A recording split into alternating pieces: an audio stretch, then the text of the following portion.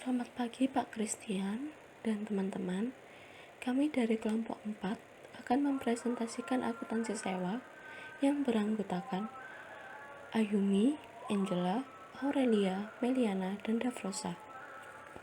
Slide kedua adalah peta konsep akuntansi sewa, yang dimana setiap cabangnya akan kami jelaskan, yang terdiri dari definisi, manfaat, klasifikasi, sewa operasi, keuntungan kerugian, sewa pembiayaan, pembayaran sewa minimum, biaya langsung awal, dan pembiayaan tipe penjualan.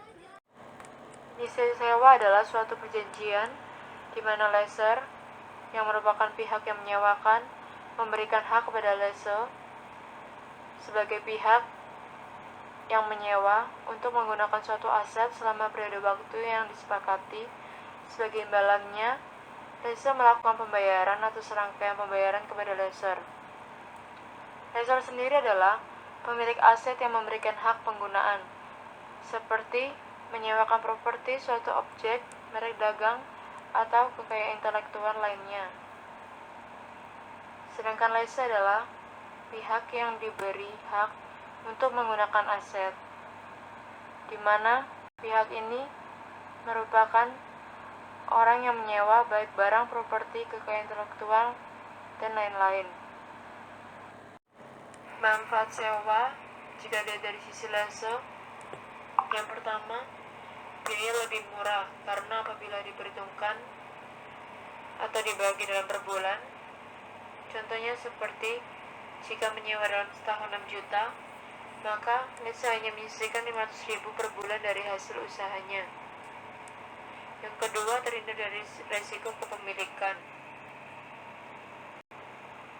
karena lessor tidak perlu membayar pajak tahunan dikarenakan yang membayar atau yang bertanggung jawab adalah pihak yang menyewakan atau lessor itu sendiri.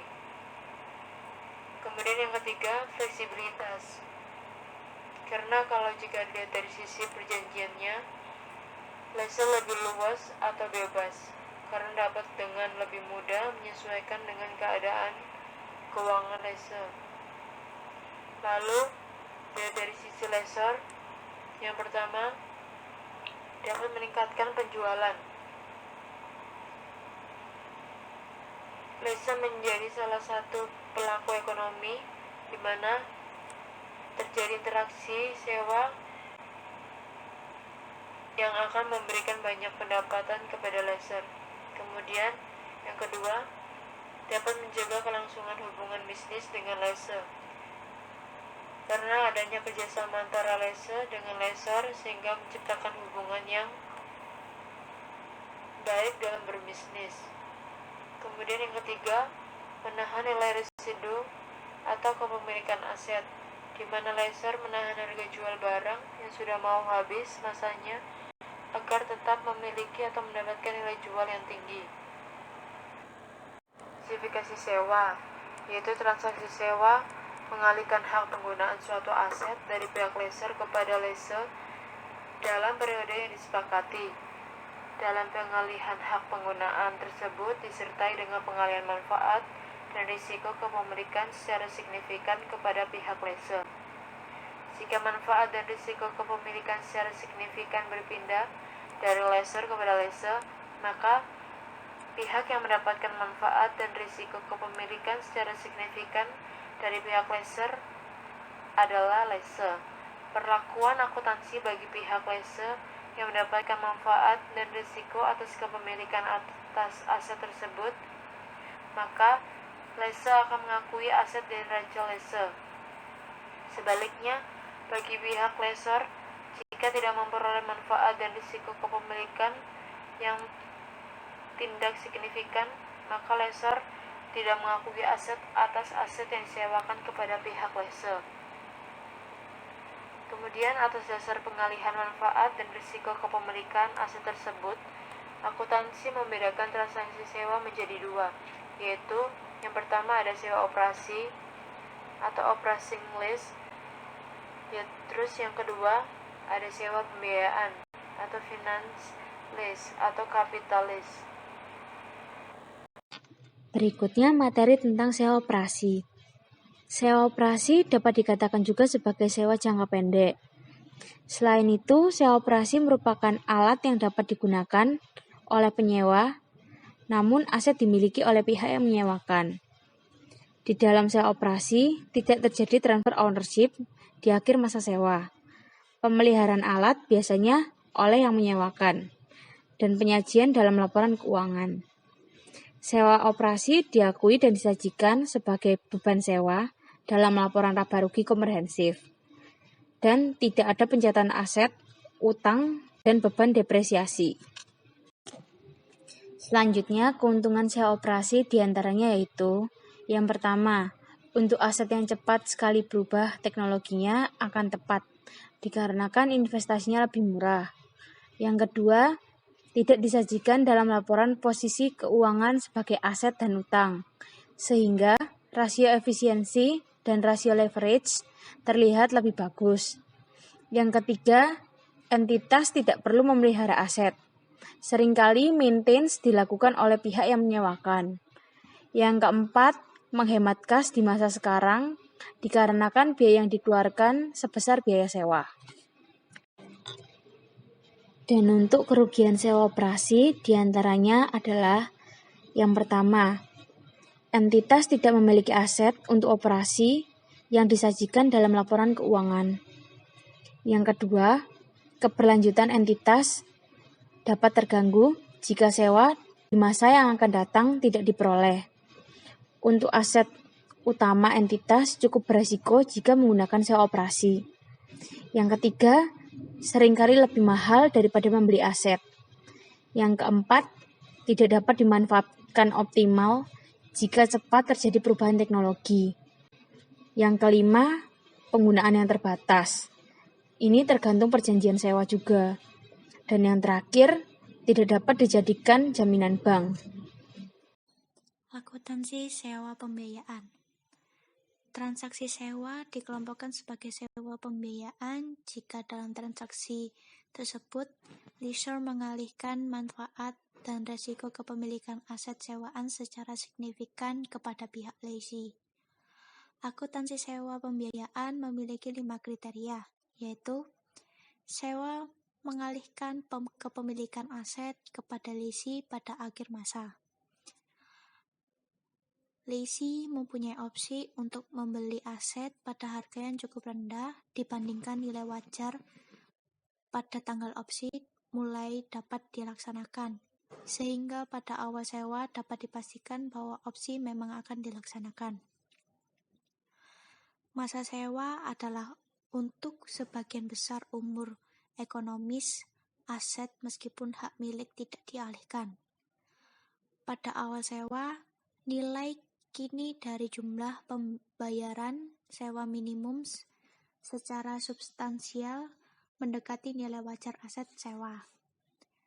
Aset sewaan bersifat khusus dan di mana hanya lessee yang dapat menggunakannya tanpa perlu modifikasi secara material.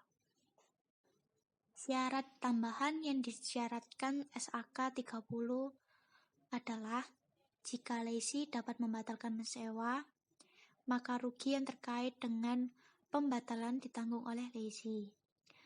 Laba atau rugi fluktuasi nilai wajar residu dibebankan kepada lessee.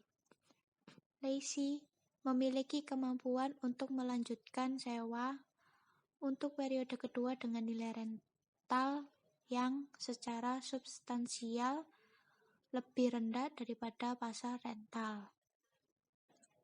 Pada awal masa sewa, lessee mengaku sewa pembiayaan sebagai aset dan kewajiban dalam neraca sebesar nilai wajar aset sewaan atau sebesar nilai kini dari pembayaran sewa minimum. Jika nilai kini lebih rendah dari nilai wajar, penilaian dilakukan di awal kontrak. Lessee akan mencatat dan menyajikan transaksi dan kejadian lainnya sesuai dengan substansi dan realitas keuangannya.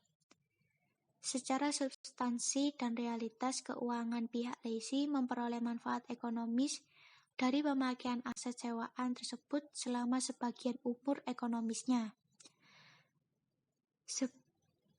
Sebagai konsekuensinya, lessee menanggung kewajiban untuk membayar hak tersebut sebesar suatu jumlah pada awal sewa yang mendekati nilai wajar dari aset. Pihak lessee juga melakukan pembayaran sebagai berikut. Uang sewa yang dibayar secara periodik, biaya eksekutori atau biaya yang ditanggung dalam rangka pemeliharaan aset sewaan seperti jasa kebersihan, keamanan, premi asuransi, dan lain-lain. Kemungkinan pembayaran jaminan nilai residu di akhir masa sewa. Kemungkinan juga pembayaran atas opsi pembelian aset sewaan jika transaksi sewa memasukkan opsi pembeliannya. Pembayaran sewa minimum. Pada awal perjanjian sewa, lessee akan mencatat aset sewaan sebagai aset dan kewajiban yang mengikat lessee selama masa sewa. Nilai kewajiban yang diakui lessee yaitu seluruh pembayaran yang harus ditanggung oleh lessee selama masa kontrak. Dan lessee akan menggunakan teknik pengukuran present value atau nilai kini atas semua pembayaran di masa mendatang yang akan ditanggung lessee.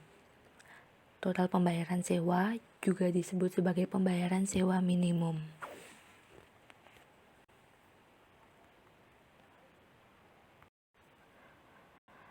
Pembayaran sewa minimum terdiri dari pembayaran sewa periodik, jaminan nilai residu, harga opsi pembelian.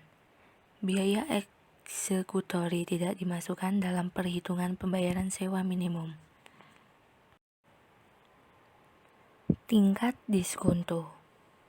Dalam perhitungan nilai kini pembayaran sewa minimum digunakan faktor pendiskonto berupa tingkat bunga implisit.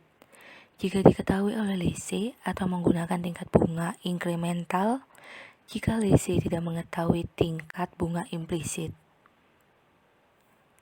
Tingkat bunga implisit adalah tingkat bunga yang digunakan oleh lessor dalam penghitungan pendapatan bunga. Sehingga jika digunakan untuk mendiskontokan semua pembayaran sewa akan didapatkan nilai yang setara dengan nilai wajar aset sewaan pada awal sewa.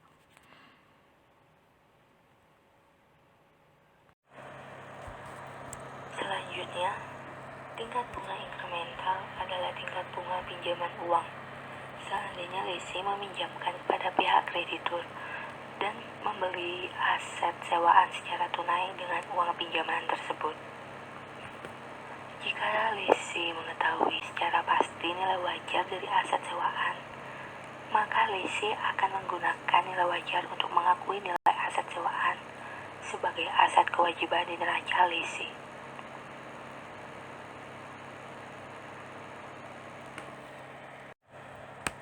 Sewa pembiayaan dengan nilai residu yang dijamin oleh lessee. Jika kontrak sewa mensyaratkan adanya penjaminan nilai residu oleh pihak lessee di akhir masa sewa, maka lessee akan memasukkan nilai residu aset sewaan sebagai bagian dari kewajiban yang ditanggung oleh pihak lessee. Dalam perhitungan nilai kini PSM termasuk juga nilai kini dari residu yang dijamin oleh lessee. Pihak lessor dapat meminta jaminan nilai residu aset yang disewakan kepada lessee. Sehingga akhir masa sewa, pihak lessor akan mendapatkan kembali aset sewaan sebesar estimasi nilai pasar pada akhir masa sewa.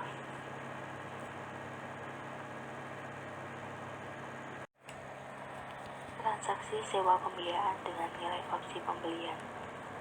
Jika transaksi sewa pembiayaan memuat ketentuan opsi pembelian aset sewaan di tengah atau pada akhir masa sewa, maka lessee akan memasukkan nilai opsi pembelian dalam penghitungan nilai kini PSM.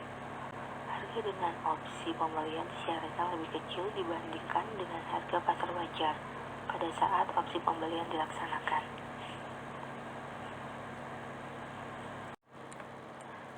Selanjutnya, bagi pihak lessor, sewa pembiayaan diklasifikasikan menjadi dua, yaitu direct financing lease atau sewa pembiayaan langsung, sales type lease atau sewa tipe penjualan. mengelompokkan kedua jenis tipe sewa pembiayaan adalah asal perolehan aset sewaan diproduksi oleh sendiri atau dibeli langsung dari pihak produsen.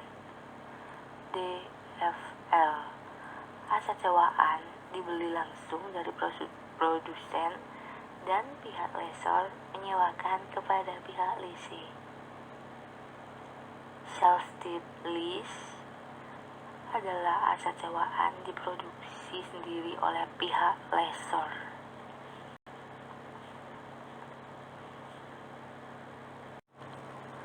Pendapatan yang dihasilkan DFL.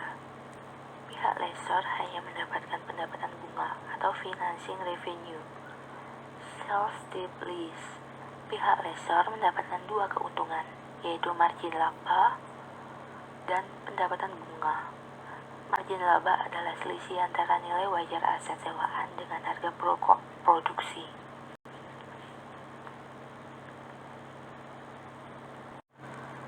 Menurut SAK 30/32, dalam sewaan pembiayaan, lessor mengakui aset berupa piutang sewa pembiayaan di neraca sebesar jumlah yang sama dengan investasi sewa neto tersebut. Pada hakikatnya, dalam sewa pembiayaan, semua resiko dan manfaat yang terkait dengan kepemilikan legal telah dialihkan lessor kepada pihak leasing. Dengan demikian, penerimaan piutang sewa diperlakukan oleh lessor sebagai pembayaran pokok dan penghasilan pembiayaan atau finance income yang diterima lessor sebagai pengganti dan imbalan atas investasi dan jasanya. Biaya langsung awal atau initial direct cost atau IDC yang dapat kita lihat di PPT slide yang tertera. Lessor akan mengeluarkan biaya-biaya pada awal masa sewa, yang dimana biaya ini berupa komisi, biaya legal, biaya administrasi sewa, dan biaya langsung di awal sewa. Biaya langsung awal akan dicatat sebagai aset, yang dimana juga biaya langsung awal diukur berdasarkan kas yang dikeluarkan oleh lessor pada awal sewa.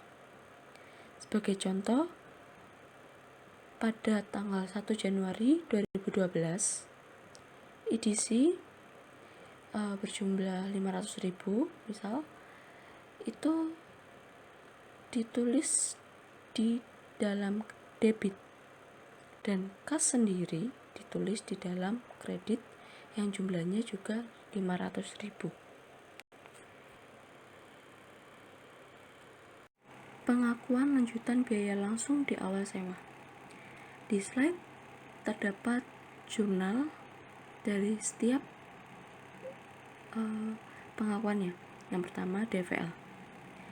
DVL ini biaya langsung awal akan diperlakukan sebagai bagian dari pengukuran awal piutang sewa pembiayaan dan mengurangi penghasilan yang diakui selama masa sewa. Tingkat bunga implisit dalam sewa ditentukan sedemikian rupa sehingga biaya langsung awal secara otomatis sudah termasuk di dalam piutang sewa pembiayaan. Yang kedua, sales type lease. Biaya langsung awal akan dibebankan sebagai tambahan ke harga pokok produksi yang akan mengurangi margin labanya. Faktor diskonto. Lessor akan selalu menggunakan tingkat bunga implisit untuk mendiskontokan pembayaran yang akan diterima selama masa sewa. Jika pada DVL, lessor akan mengakui nilai aset sewaan sebesar nilai wajarnya dan akan menetapkan besarnya cicilan dengan menentukan terlebih dahulu berapa besarnya tingkat pendapatan bunga yang diinginkan. Di slide yang tertera itu contoh faktor diskonto. Baik financing lease dengan nilai residu. Jika aset yang disewakan diharapkan memiliki nilai residu, maka nilai kini dari nilai residu yang diharapkan ditambahkan ke nilai piutang sewa atau lease payment receivable. Tidak masalah apakah nilai residu dijamin oleh lease atau tidak dijamin. Jika dijamin, nilai residu akan diperlakukan seperti opsi pembelian. Sedangkan jika tidak dijamin, lessor akan mengharapkan kembali memiliki aset sewaan tersebut sebesar nilai residu pada akhir masa sewa. Slide yang terakhir, akuntansi sewa pembiayaan tipe penjualan. Menurut SAK 30/39, lessor pabrikan atau dealer mengakui laba atau rugi atas penjualan pada suatu periode sesuai kebijakan ekuitas atas penjualan biasa. Jika tingkat bunga ditentukan secara artifisial terlalu rendah, laba penjualan dibatasi sebesar laba apabila penggunaan tingkat bunga pasar. Biaya-biaya yang dikeluarkan oleh lessor atau dealer sehubungan dengan negosiasi dan pengaturan sewa diakui sebagai beban ketika laba penjualan diakui. Sekian presentasi dari kelompok kami. Jika ada salah kata dan salah pengucapan, kami mohon maaf. Terima kasih.